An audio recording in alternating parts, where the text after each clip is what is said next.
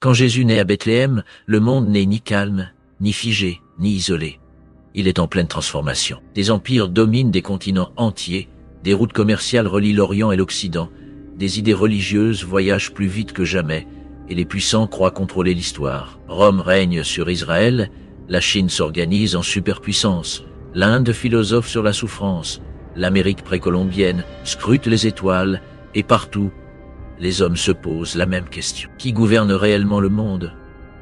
C'est dans ce tumulte global, politique, spirituel et culturel, qu'un enfant naît dans l'ombre, loin des palais, sans armée, sans trône visible. Et pourtant, cet instant discret va bouleverser l'histoire humaine plus profondément que toutes les conquêtes réunies. À l'époque de la naissance de Jésus, Israël est sous domination romaine. Rome n'est pas simplement une puissance militaire. C'est un système total, une machine politique, économique et idéologique sans précédent. L'Empire s'étend de l'Espagne jusqu'aux frontières de la Perse, unifiant des peuples très différents sous une même autorité. Auguste, premier empereur, se présente comme l'artisan de la Pax Romana, une paix imposée par la force, maintenue par les légions, les impôts et la peur. Les routes romaines sillonnent le monde connu, plus de 50 000 kilomètres de voies pavées reliant les provinces à la capitale. Ce réseau n'a pas seulement une fonction militaire. Il transporte des marchandises, des idées, des croyances. En Judée, Rome gouverne par l'intermédiaire de rois clients, dont Hérode le Grand. Brutal, paranoïaque, obsédé par le pouvoir, Hérode fait exécuter ses propres fils par crainte d'être renversé. Il règne par la terreur, tout en lançant de vastes projets architecturaux, dont la rénovation monumentale du temple de Jérusalem. Extérieurement, le royaume paraît stable. Intérieurement, il est explosif. Le peuple juif vit sous occupation, paie des taxes écrasantes et nourrit une attente brûlante, celle d'un Messie promis par les Écritures, un descendant de David qui viendrait libérer Israël et instaurer la justice. C'est dans ce contexte tendu qu'un événement intrigue les savants d'Orient. Dans les terres de Mésopotamie et de Perse, des sages astronomes, astrologues, érudits observent le ciel. Ils étudient les mouvements des astres depuis des générations. Une configuration exceptionnelle apparaît. Une conjonction rare, interprétée comme le signe de la naissance d'un roi. Pour eux, le ciel raconte l'histoire du monde. Ils entreprennent alors un long voyage diplomatique vers Jérusalem, non pour rendre hommage à César, mais pour demander « Où est né le roi des Juifs ?» Cette question, posée au mauvais endroit, déclenche une onde de choc. À Jérusalem, personne n'a vu naître de roi. Hérode est troublé, inquiet. Il consulte les chefs religieux qui citent les prophéties annonçant Bethléem comme lieu de naissance du Messie. Ironie tragique. Des étrangers suivent une étoile, pendant que les gardiens des Écritures restent immobiles. Les sages poursuivent leur route et trouvent non pas un trône mais un enfant. Les présents qu'ils offrent, or, encens et myrrhe, ne sont pas symboliques uniquement. L'or permettra à Marie et Joseph de fuir en Égypte lorsque Hérode, pris de panique, ordonnera le massacre des enfants de Bethléem. Quelques semaines suffisent pour transformer une naissance discrète en drame politique. Pendant que ces événements se déroulent en Judée, le reste du monde continue de bouillonner. À l'est, l'Empire chinois connaît une période charnière. La dynastie Han administre un territoire immense, peuplé de dizaines de millions d'habitants. La Grande Muraille, déjà ancienne, continue d'être renforcée pour contenir les invasions du Nord. La cour impériale est un lieu de complot, de réforme et de violence politique. Des idéaux confucéens prônent l'harmonie sociale, tandis que le taoïsme invite à vivre en accord avec la nature. Le pouvoir y est absolu mais fragile.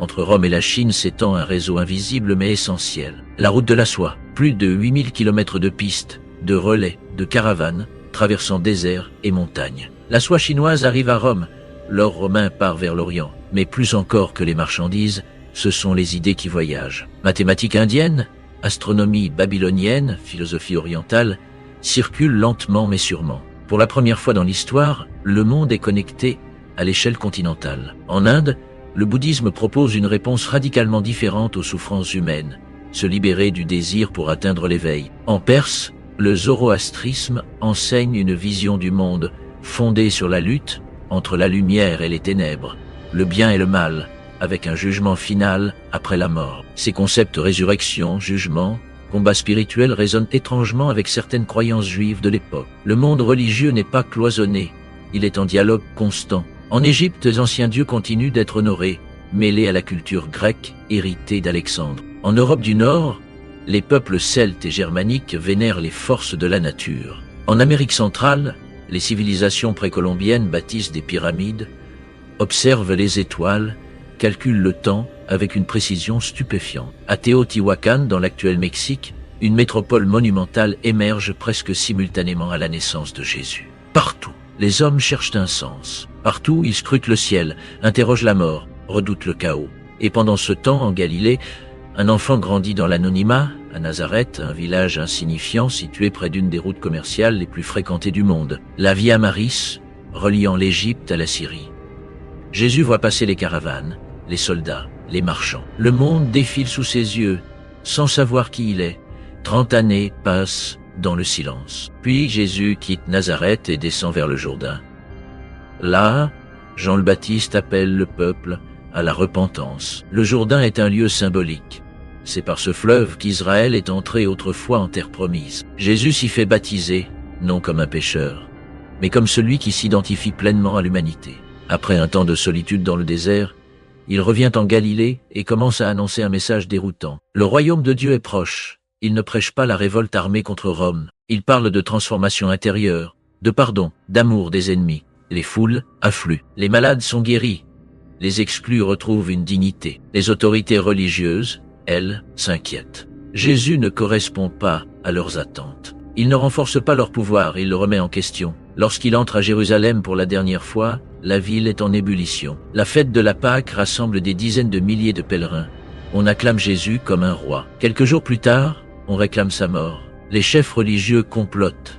Rome s'en mêle. Le procès est une parodie de justice. Pilate, représentant de l'Empire, ne comprend pas ce qui se joue, mais cède à la pression. La crucifixion est une exécution politique, publique, destinée à écraser toute prétention messianique. Jésus est cloué à une croix à l'extérieur de la ville. Le ciel s'assombrit. Tout semble terminé. Pourtant, selon ses disciples, ce n'est pas la fin. 3 jours plus tard, le tombeau est vide. La résurrection devient le cœur du message chrétien. Ce message, porté par une poignée d'hommes ordinaires, se répand le long des routes romaines, à travers les ports, les villes, les provinces. En quelques décennies, il atteint Rome, l'Afrique du Nord, l'Asie mineure, l'Inde. Un mouvement sans armée, sans richesse, sans pouvoir politique, défie les empires et transforme le monde. Quand Jésus est né, le monde était prêt sans le savoir. Les routes étaient tracées, les idées circulaient, les cœurs étaient en attente.